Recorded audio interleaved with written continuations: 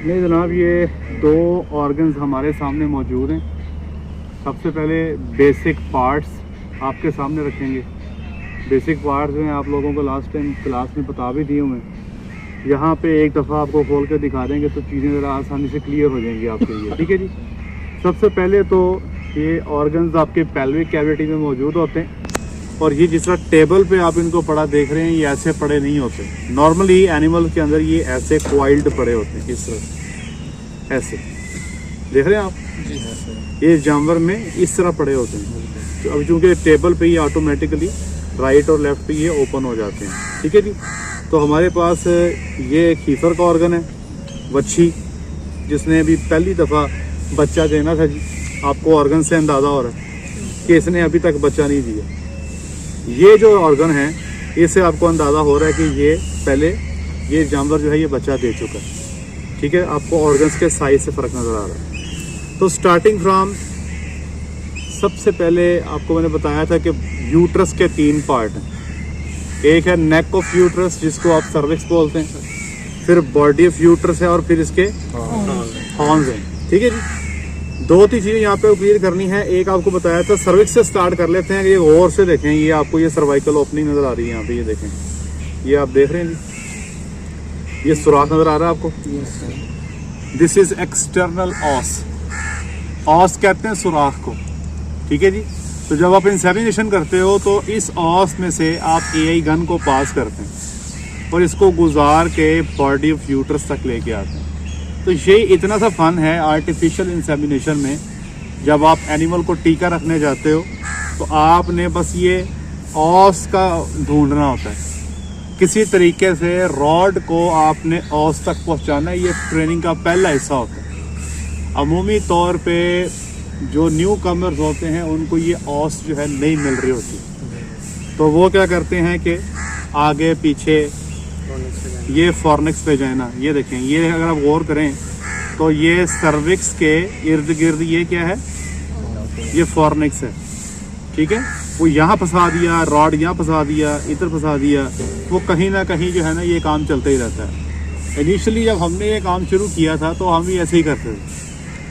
Aahista Aahista practice के साथ चीज़ें क्लियर होती हैं, लेकिन आपकी डायरेक्शन ठीक होनी चाहिए, तरीक़ेकार आपका ठीक होना चाहिए। तरीक़ेकार हम कैसे करते हैं? आप सर्विक्स को होल्ड करते हैं। बहुत सारे तरीके हैं सर्विक्स को होल्ड करने के। हम इसको ऐसे भी होल्ड कर लेते हैं, हम इसको ऐसे भी होल्ड कर लेते हैं। जैसे आपको ईजी है आपने होल्ड करना है, तो बेसिकली ऐसे होल्ड करके ये अपना जो थंब है ये हम एक्सटर्नल ऑस के ऊपर ले आते हैं। यहाँ इसको फील कर लेते हैं। ये हल्का सा डिप्रेशन है, ये हम हाथ से फील कर रहे हैं। एक चीज़ नोट करें कि डिप्रेशन छोटा सा है, ये कोई बहुत बड़ा सुराख नहीं है कि आप रेक्टल पल्पेशन करते हुए को बहुत बड़ा सुराख ढूंढने बैठ जाएं, ऐसे नहीं होगा। ये हल्का सा सुराख है, आपने इसको फील करना है। फिर आप रॉड को जब लेके आते हो या गन को लेके आते हो तो इस एक्सटर्नल ऑस को आप टच करते हो। इसको कैसे टच करेंगे? आप अपने अंगूठे को, अपने थंब को टच करेंगे। जैसे ही आपके थंब को टच हो गया, इट मीन्स कि आप एक्सटर्नल ऑस के पास आ गए, क्योंकि आपका थंब जो है वो एक्सटर्नल ऑस को उसने कवर किया हुआ है। तो आहिस्ता आहिस्ता अंगूठा सरका के पीछे कर देते हैं और रॉड सीधा अंदर चले जाता है। तो इसमें ये सर्विक्स जो है, अगर आप हाथ से देखें तो ये हिस्सा सॉफ्ट है, यहाँ पे हल्की सी आपको हार्डनेस फील होती है, जैसे कुछ कॉर्ड है अंदर ना। तो ये जो चीज़ है सारी की सारी यहाँ से यहाँ तक ये सर्विक्स है। इसके अंदर रिंग्स पाए जाते हैं, इसीलिए इन रिंग्स की बुनियाद पे हमें इंसेमिनेशन करते हुए रेक्टोवेजाइनल टेक्निक अडॉप्ट करनी पड़ती है। रेक्टोवेजाइनल से मुराद कि आप रेक्टम में हाथ डालते हो, रेक्टम में हाथ डाल के आप ऑर्गन्स को पकड़ते हो, फिर वल्वा के ज़रिए वेजाइना के थ्रू आप एआई गन लेके जाते हो और नीचे से पास कर रहे होते हो। ये ऐसे ही है जैसे आपने किसी चीज़ के ऊपर किसी चीज़ को फिट करना है। अब जैसे ही रॉड इसमें से गुजर जाता है तो इस सर्विस को होल्ड करके हम पीछे से रॉड को मूव करते हैं, हल्का सा आगे को पुश करते हैं। ये जो मेरे हाथ में मौजूद है सर्विस, इसको हम राइट लेफ़्ट ऊपर नीचे, राइट लेफ़्ट ऊपर नीचे मूव करते हैं ताकि उन रिज से गुजर के, रिंग से गुजर के रॉड आगे चला जाए। ठीक है जी। तो इसमें ये जो आपके रिस्ट वर्क है ये बड़ा इम्पॉर्टेंट है। ये जैसे जैसे आप करते जाएंगे तो ये आपका तजर्बा होता जाएगा, रिस्ट भी काम करनी शुरू कर देगी। शुरू में जब ये काम बंदे करते हैं तो थक जाते हैं, रिस्ट काम करना छोड़ देती है, इवन के रॉड पास करना दूर की बात है।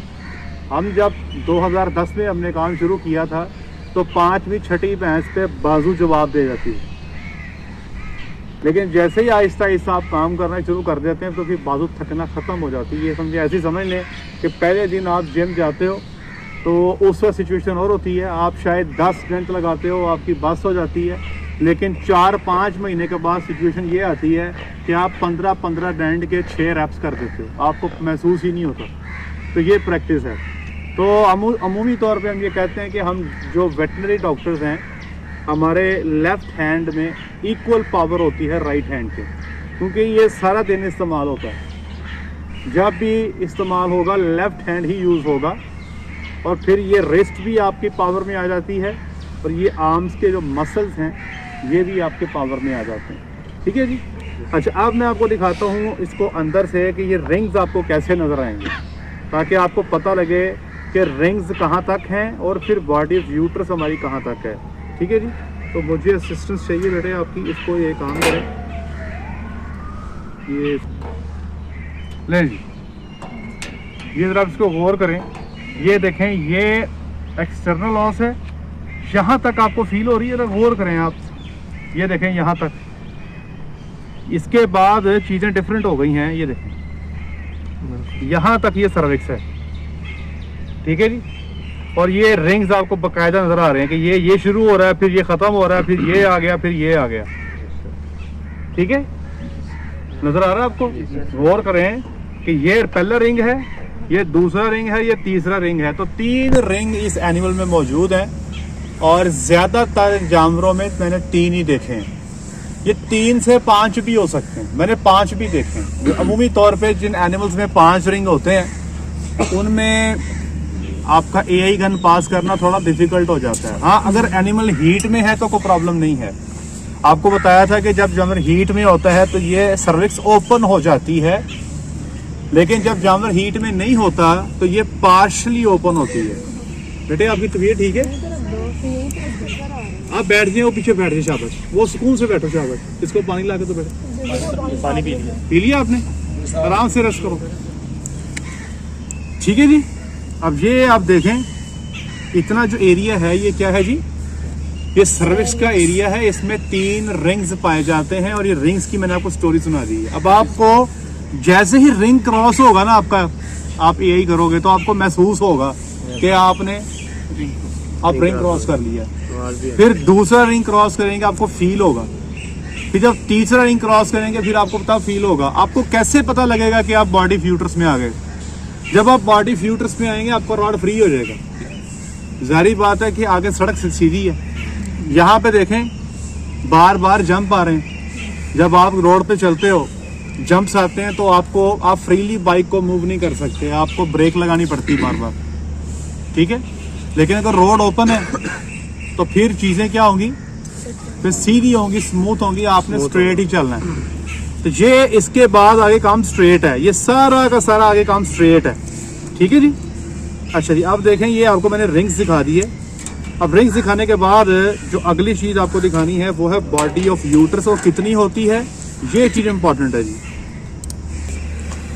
अब एक चीज़ गौर करें, ये मैंने क्या किया अभी मैंने यहाँ पे एक हॉर्न को काटा है, लेकिन आप ये देखें, ये जो मैंने हॉर्न को काट रहा हूँ तो ये दूसरे हॉर्न का रास्ता बंद हो गया। ये देखें, ये इधर ही जा रहा है, इधर तो दीवार है, ऐसे ही। तो मैं जब इस हॉर्न को काट रहा हूँ तो मेरी एक्सेस सिर्फ राइट हॉर्न पे है, हालांकि यहाँ पर बाइफरकेशन क्या है, बाहर है। जैसे इधर देख लें कि हॉर्न जो है आपके, जब आप हॉर्न्स को देखते हैं, ये देखें तो हॉर्न्स आपको यहाँ पे जुड़े मिलते हैं, ऐसे ही है जी, इस जगह पे। लेकिन एक्चुअली ये अंदर से यहाँ तक जुड़े होते हैं। जो दीवार है ये जो सेपरेट कर रही है दोनों हॉर्न्स को, ये अंदर से यहाँ तक होती है। इसको कहते हैं इंटरनल बाइफरकेशन। ये क्या है? External bifurcation. ये एक्सटर्नल है और ये इंटरनल अंदर तक पाई जाती है। जैसे कि इस हॉर्न के अंदर भी ये एक्सटर्नल बाइफरकेशन है, लेकिन एक्चुअली हॉर्न अंदर से यहाँ तक अलग है। इसलिए जब आप एआई करते हो तो आप बॉडी ऑफ यूट्रस में टीका रखते हो ताकि आप जो स्पर्म्स हैं वो इन ईच डायरेक्शन मूव कर जाते हैं, राइट हॉर्न में भी चले जाते हैं, लेफ्ट में भी चले जाते हैं, वापस भी आ जाते हैं, वापस भी आ जाते हैं। जो आपने कभी सीमन की स्लाइड देखी हो, स्पर्म्स हर डायरेक्शन में मूव करते हैं, कोई ऊपर जा रहा है, कोई नीचे, कोई राइट, कोई लेफ्ट। जब भी आप एआई करते हो अमूमी तौर पे लोग कहते हैं इन्हें खड़ी रखो, इन्हें बैठ नहीं लेना, अमूमी तौर पे विलेजेस में ऐसे होता है। याद रखें, आप अगर बैठा दें या खड़ी रखें तब भी स्पर्म का कुछ लॉस रिवर्स में हो जाता है, वो होना ही होना है।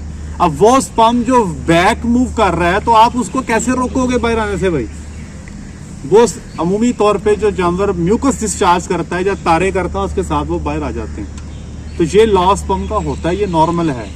तो स्पर्म जो है इधर डायरेक्शन में मूव करेंगे, इधर निकल जाएंगे, इधर निकल जाएंगे। अब ये गौर से देखें, ये बिल्कुल छोटी सी यूट्राइन बॉडी है, यहाँ तक सर्विक्स थी और ये इतना का एरिया जो है ये क्या है? यूट्राइन बॉडी का एरिया है। ठीक है, ये इतना छोटा सा जो एरिया है क्या है जी? ये यूट्राइन बॉडी का एरिया है। मुझे लगता है आप लोग ना नाश्ता करके नहीं आते हो, परेशान हो रही हैं, परेशानी हो रही है आपको। ठीक है जी, ये हो गया जी। अब यूट्राइन बॉडी के बाद ये राइट हॉर्न स्टार्ट हो गया और ये लेफ्ट हॉर्न स्टार्ट हो गया। मैंने आपको एक बात बताई थी कि हॉर्न्स के अंदर आपको एक टच बटन लाइक स्ट्रक्चर नजर आएंगे, ये नजर आ रहे हैं? ये कैसे टच बटन होते हैं, ये देखें, ये कहते हैं इसको कैरंकल्स। जिसको नजर नहीं आ रहा है इधर आगे बेटे, ये क्या है जी? इसको कैरंकल्स बोलते हैं। इन कैरंकल्स से जब फर्टिलाइजेशन का प्रोसेस मुकम्मल हो जाता है, फ्लॉपियन ट्यूब से जब बच्चा वापस आएगा 3-4 दिन के बाद यूट्रस में, उसकी यहाँ पे इम्प्लांटेशन होगी। तो ये कैरंकल्स जो है ये बच्चे की जो 3 मेम्ब्रेन्स होती हैं बच्चे की गिरफ्त, सबसे आउटर मेम्ब्रेन को कोरियन कहते हैं। आउटर मेम्ब्रेन पे कोरियन पे कॉटिलिडन्स पाए जाते हैं। वो कॉटिलिडन क्या करते हैं? इनके साथ मिल जाते हैं। ये तकरीबन 90 से लेके 120 होते हैं एक एनिमल के अंदर। तो 90 से 120 यूनियन बन जाते हैं कॉटिलिडन के और कैरंकल के, जिसको आप प्लेसेंटम बोलते हो। यहाँ से माँ के पेट से बच्चे में न्यूट्रिशन जाती है इतने सारे पॉइंट से, 90 से 120 पॉइंट से ये न्यूट्रिशन जा रही है। तो आप देखें फीटस यहाँ पे सेंटर में मौजूद होगा इधर, और ये आगे की आगे इसको आप जितना भी लेके जाएंगे ये आपको कैरंकल्स है, ये आपको नजर आएंगे। ये देखें, ये देखें, नजर आ रहे हैं? ये 90 से 120 होते हैं, आपको बड़े क्लियर नजर आ रहे होंगे। ठीक है जी, यहाँ पे बेसिकली जो है वो बच्चे की अटैचमेंट की जगह है, ये इम्प्लांटेशन की जगह है। ये पोरस होते हैं सर? हाँ जी, पोरस होते हैं? नहीं पोरस नहीं, इसके अंदर सुराख होते हैं। ये आप समझ लें कि किस तरह समझाऊँ आपको मैं, जाली होती है ना, जाली जिससे आप आटा भूनते हो, ये समझें वैसी ही जालियाँ हैं। इनके अंदर छोटे छोटे सुराख होते हैं जिसके अंदर ऐसे कॉटिलिडन फंस जाते हैं आके। ठीक है, कॉटिलिडन जो है ये जस्ट लाइक आप थ्रेड्स लाइक होते हैं, बिल्कुल बारीक बारीक, वो इनके अंदर चिपक जाते हैं। इसी तरह ये आप दूसरा हॉर्न देख लें। ओके, तो ये है यूट्रस के हॉर्न्स, ये बॉडी और ये इसकी सर्विक्स, इसको कम्युलेटिवली यूट्रस बोल देते हैं। अच्छा, इसके बाद जो नेक्स्ट पार्ट आता है ये देखें जी, ये जहाँ पे हॉर्न खत्म हो रहा है ये क्या है जी? Utero tubal junction. ये जहाँ पे ये देखें हॉर्न खत्म हो रहा है और फिलोपियन ट्यूब स्टार्ट हो रही है, ये क्या है जी? यूट्रो ट्यूबल जंक्शन है। और फिलोपियन ट्यूब से अगर आप ओवरी की तरफ जाएं तो सबसे पहला पार्ट कौन सा आता है? इस्थमस, फिर एम्पुला और फिर इन्फेंटिबुलम। ये जो ऑर्गन आपके पास आए हैं इसमें ओवरी कटी हुई है, मैं आपको दूसरे ऑर्गन में ओवरी दिखाता हूँ। ये क्या है जी? कॉर्ड लाइक, ये फिलोपियन ट्यूब है। ठीक है जी, अब मैं क्योंकि इसमें हमारे पास वो कटा हुआ है, ये हीफर का ऑर्गन है, इसमें मैं आपको दिखाता हूँ। सबसे पहले ये देखें जी, ये फिलोपियन ट्यूब आ रही है, ये आप देख रहे हैं। ये बड़ी, अगर इसको हाथ से फील करें, बड़ी हार्ड है, ये आपको फील हो जाती है। ठीक है जी, अच्छा, ये खत्म होके ओवरी की तरफ आ रही है, ये देखें, ये आपके सामने ओवरीज मौजूद है। ओवरी का फ्री बॉर्डर होता है, एक अटैच बॉर्डर होता है। ये सारा फ्री बॉर्डर है और ये इधर से अटैच हो रहा है। अटैच बॉर्डर, आपको इसके ऊपर बड़े क्लियर फॉलिकल नजर आ रहे होंगे। ये देखें, ये देखें। अब मैं जी आज के लिए इतना ही। अपना ख्याल रखें, दुआ में याद रखें, 5 वक्त की नमाज़ अदा करें। अस्सलामु अलैकुम वरहमतुल्लाहि वबरकातुहू।